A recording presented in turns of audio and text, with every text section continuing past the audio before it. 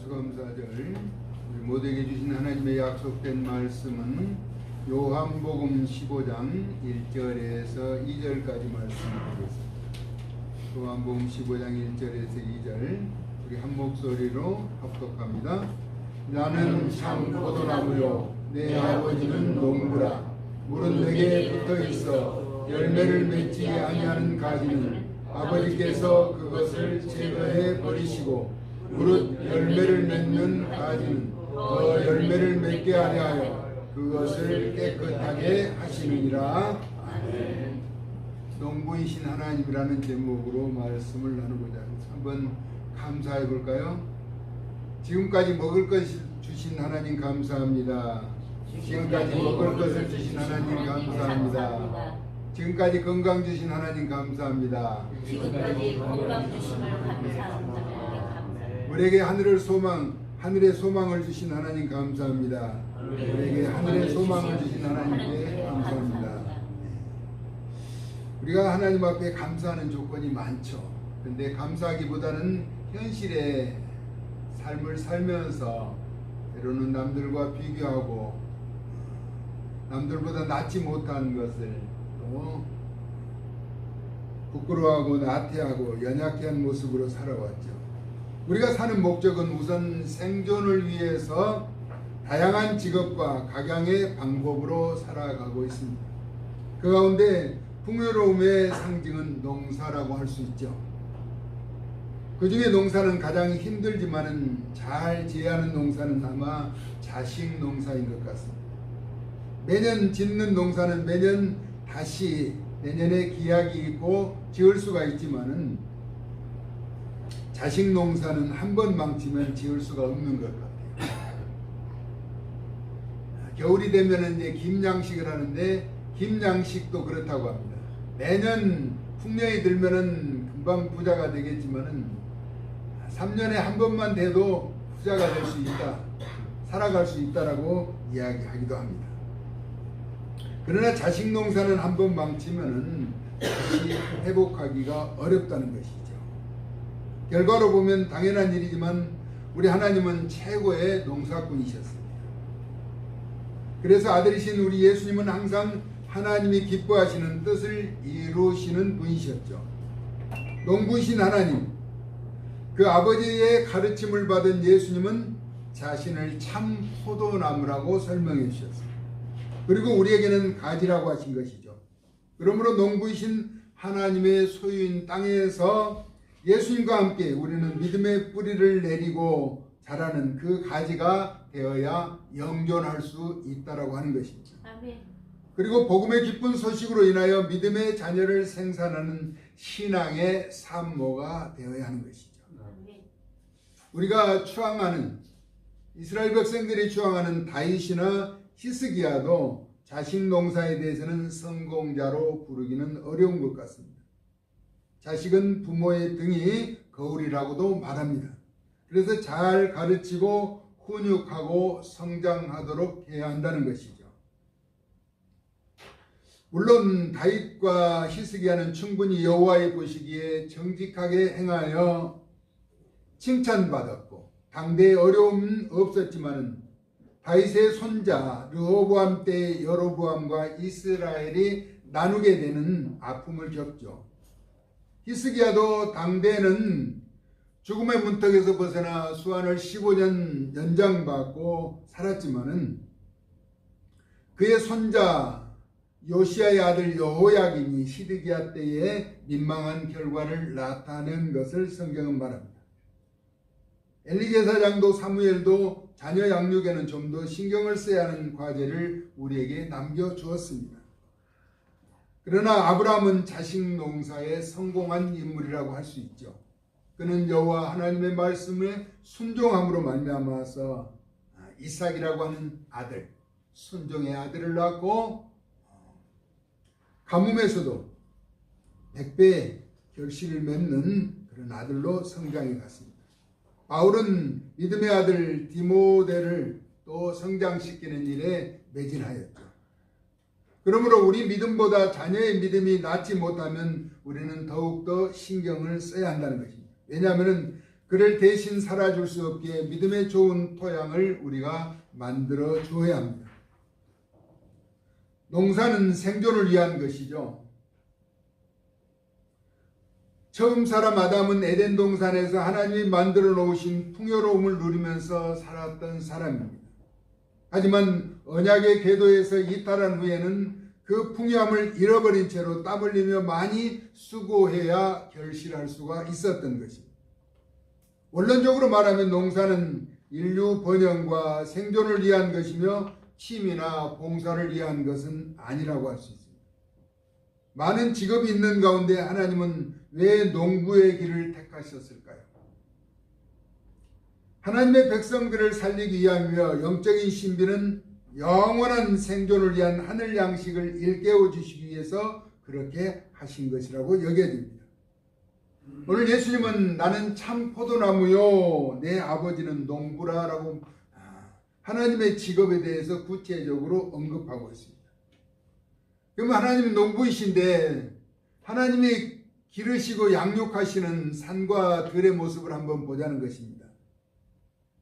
산과 강과 바다와 들녘, 요즘 단풍이 형형색색 절정을 이루는데 산 꼭대기에 물통을 지고 올라가서 물을 주었던 적이 있는가요? 우리가 걸음을 짊어지고 가서 뿌린 적이 있었는가?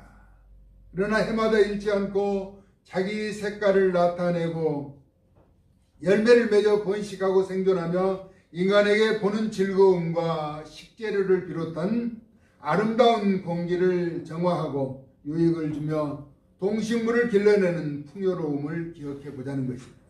이 모든 것이 하나님이 기르시고 또 지키시고 이끌어 가신다는 것입니다. 어디 산과 들뿐인가요? 강과 바다는 멈추지 않고 흐르고 때로는 요동치게 하시며 어족자원과 식수를 공급하시며 생존을 돕고 교통의 흐름을 유익하게 하는 등 쉬지 않고 일하시는 하나님께 우리는 늘 감사해야 하는 것입니다. 아멘. 하나님이 진정한 농부이신 것은 고린도전서 3장 6절에서 7절 바울은 이렇게 말합니다. 나는 심었고 아볼로는 물을 주었으되 오직 하나님께서 자라나게 하셨다라고 말씀하고 있습니다. 그러면서 심는 이나 물 주는 이는 아무것도 아니로되 오직 자라게 하시는 이는 하나님뿐이시다라고 말씀하고 있습니다. 성장, 변화, 다 이 모든 일을 우리 하나님께서 하고 계신다는 것입니다. 우리 하나님은 농부셨으나 세상에서 많은 사람들이 일하는 농사에만 머물지 않으셨다라고 하는 사실인 것입니다.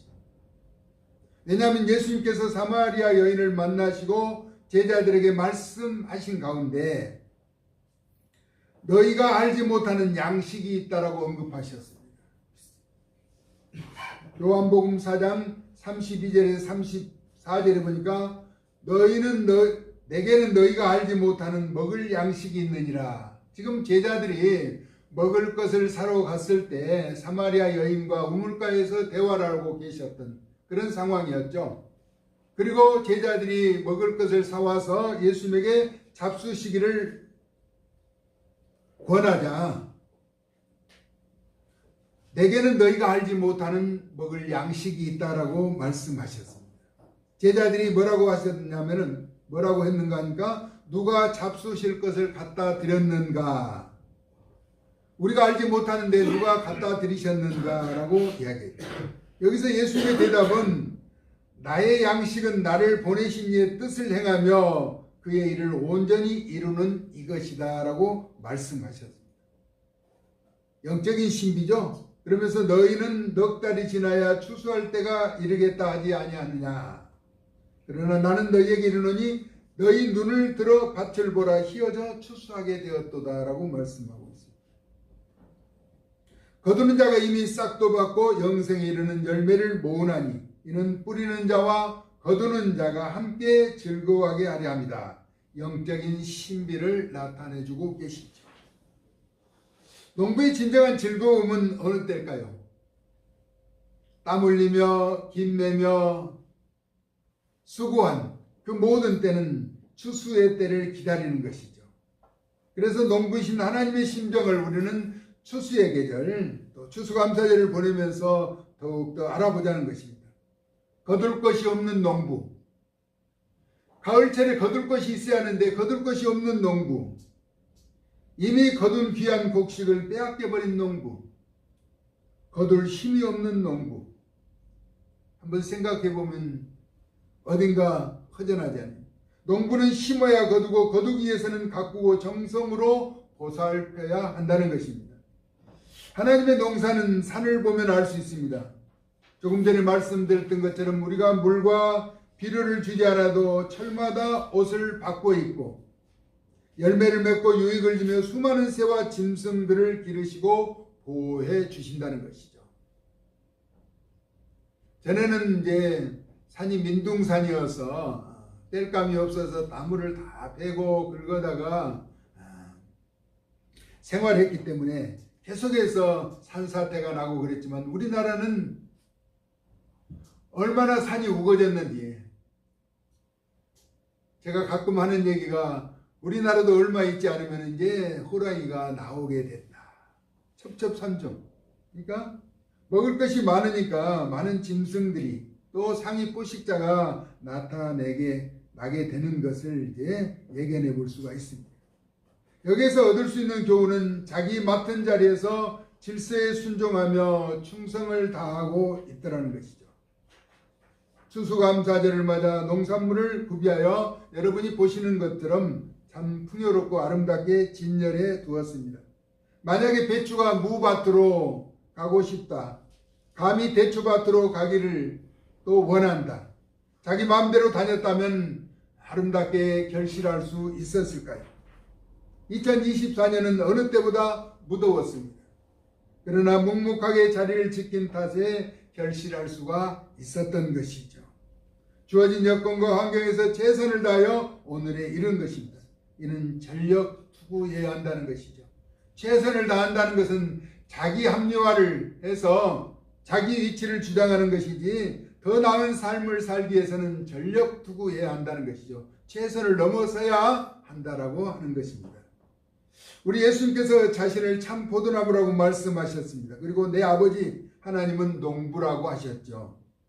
그러면 왜 참 포도나무라고 하셨을까? 예수님은 포도나무에는 덜 포도나무도 있다라고 하는 것이죠. 그러므로 예수님께 우리가 붙어 있어야 한다는 말씀을 강조하신 것입니다. 참 포도나무. 세상에 가짜가 많다는 것이죠. 우리 주변에도 이단이 많잖아요.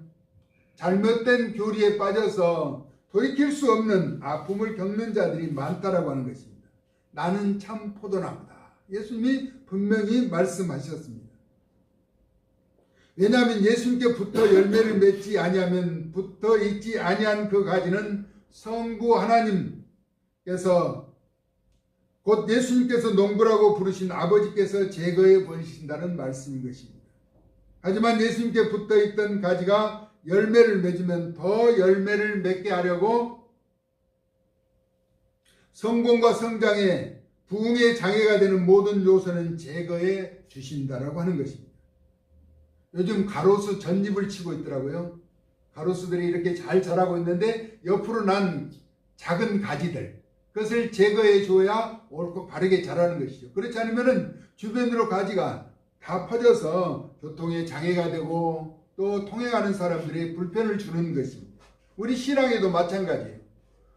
우리가 믿음의 옳고 바른 길을 가야 하는데 장애가 되는 모든 요소는 제거해 버리지 않으면, 단호하게 끊지 않으면, 미혹하며 유혹하는 세력에 돌아서지 않는다면 우리도 무너질 수 있다는 것입니다. 농사를 지어보면 잡초가 처음에는 풀과 같이 나죠. 곡식이. 그러나 그것을 놔두면 나중에 곡식을 덮어버려서 자라지 못하게 하는 것이죠. 우리 예수님께서도 오늘 2절 우리 같이 한번 읽어봅니다. 시작. 물은 내게 붙어 있어 열매를 맺지 아니하는 가지는 아버지께서 그것을 제거해 버리시고 무릇 열매를 맺는 가지는 더 열매를 맺게 하려 하여 그것을 깨끗하게 하시니라. 우리는 미장원이나 이발소에 가면은 머리를 다듬잖아요. 이제 나 있는 잔털 같은 거 이런 것은 다 면도로 또 가위로 제거해 주죠. 그래야 단정한 모습, 깔끔한 모습을 보이게 되는 것처럼 우리 하나님께서 열매를 더 맺도록 하시기 위해서 다 제거해 버리신다는 거예요. 바꿔 말하면 영적 성숙에 방해가 되는 여건과 환경을 변화시키는 것을 말씀하고 있는 것입니다. 농사의 소중함은 생존을 위한 것이고 추운 겨울을 준비하는 것입니다. 이 가을이 지나면 혹독한 추위가 다가오는데 창고가 비어 있으면 굶주림을 면하기 위해 논밭에 나가야 하는 것입니다. 그렇다고 논밭에 나가봐야 얻을 것이 없지만 그렇게 힘들다는 것을 이야기하고 있습니다. 우리 영혼의 추수 때를 놓치면 농부신 하나님 앞에 부끄러운 모습을 감출 수 없기에 후회 없이 이 땅에서 노력해야 한다는 것입니다. 농사는 반드시 씨를 뿌려야 거둘 수 있는 것이죠. 열매가 제 발로 스스로 걸어오지는 않습니다. 그래서 시편 기자는 울며 씨를 뿌리러 나가는 자는 씨를 뿌려야 거두는 법칙이죠. 반드시 그 기쁨의 단을 가지고 돌아오리라고 말씀하고 있습니다. 뿌린 것이 없이는 거둘 수 없는 것이 모든 농사의 법칙입니다. 누군가 뿌려야 거둘 수 있다는 것입니다. 우리는 이미 뿌려진 복음의 씨앗으로 열매를 거두는 일에 추수감사절로 또 지키기 위해서 농산물을 진열하기 위해서 수고한 것처럼 최소한 움직임이 있는 수고가 있어야 한다는 것이죠. 우리는 비록 농사를 짓지 않았지만 여러분이 소중하고 아끼는 귀한 물질로 구입해서 하나님 앞에 감사함으로 드려진 것이죠. 누군가 씨를 뿌리고 가꾸었기에 거둘 수 있는 것처럼 이미 우리는 믿음의 선진들이 뿌려놓은 복음의 씨앗, 앞선 자들이 전도에 열을 올렸고 또 수고했는데 그 결실을 우리가 이제 거두어야 하고 우리도 또 계속해서 복음의 씨앗을 뿌려야 한다는 것입니다. 농부신 하나님 앞에 거둘 것이 있기 위해서는 부단한 노력이 필요하다는 것이죠. 물 주는 일, 심는 일 따로 있지만은 오직 자라게 하시는 분은 바울이 우리 하나님뿐이시라고 말씀하신 것처럼 하나님은 지금도 뿌려진 복음의 씨앗 가운데 믿음이 자라도록 일하고 계신다는 것입니다. 우리는 그 길을 우리가 인도하는 일에 옳고 바르게 사용될 수 있으면 반드시 열매를 거두게 되는 것입니다. 아버지 하나님이 농부이신데 우리가 농사를 짓지 않고 농사일에 관여하지 않는다면 그렇죠? 배짱이와 같은 것이죠. 개미가 열심히 일하는 것을 보면은 겨울을 준비하기 위한 것이죠. 우리의 영혼의 추수의 때를 기다리면서 농부이신 하나님 앞에 부끄럽지 않도록 이 땅에서 믿음의 복된 길을 걸어서 아름다운 결실을 거두는 하나님의 사람들 다 되어질 수 있기를 우리를 사랑하셔서 육신을 입고 이 땅에 오셔서 구원의 은총을 베푸신 우리 구주 예수 그리스도의 존귀하신 이름으로 축복합니다. 아멘. 살아계신 하나님 추수감사절을 통해서 농부신 하나님의 그 깊은 마음을 헤아리며 우리가 어떻게 움직여야 하고 어떻게 활동해야 하고 어떻게 결실해야 하는가를 깨닫게 하신 고마우신 주님을 높이며 찬양합니다. 이미 뿌려진 복음의 씨앗에 열매를 거둘 수 있도록 저희들에게 복음의 열정을 회복시켜 주시고 주의 권능을 덧입혀 주셔서 가는 곳마다 증거하는 곳마다 복음의 씨앗이 열매를 맺어 추수의 계절을 맞이할 수 있도록 저희들을 주장하시고 사용하여 주시옵소서. 언제나 우리와 함께 하시고 우리의 입술에 권세를 주신 고마우신 주님을 높이며 찬양하면서 예수 그리스도의 거룩하신 이름으로 축복하고 기도 올리옵나이다. 아멘.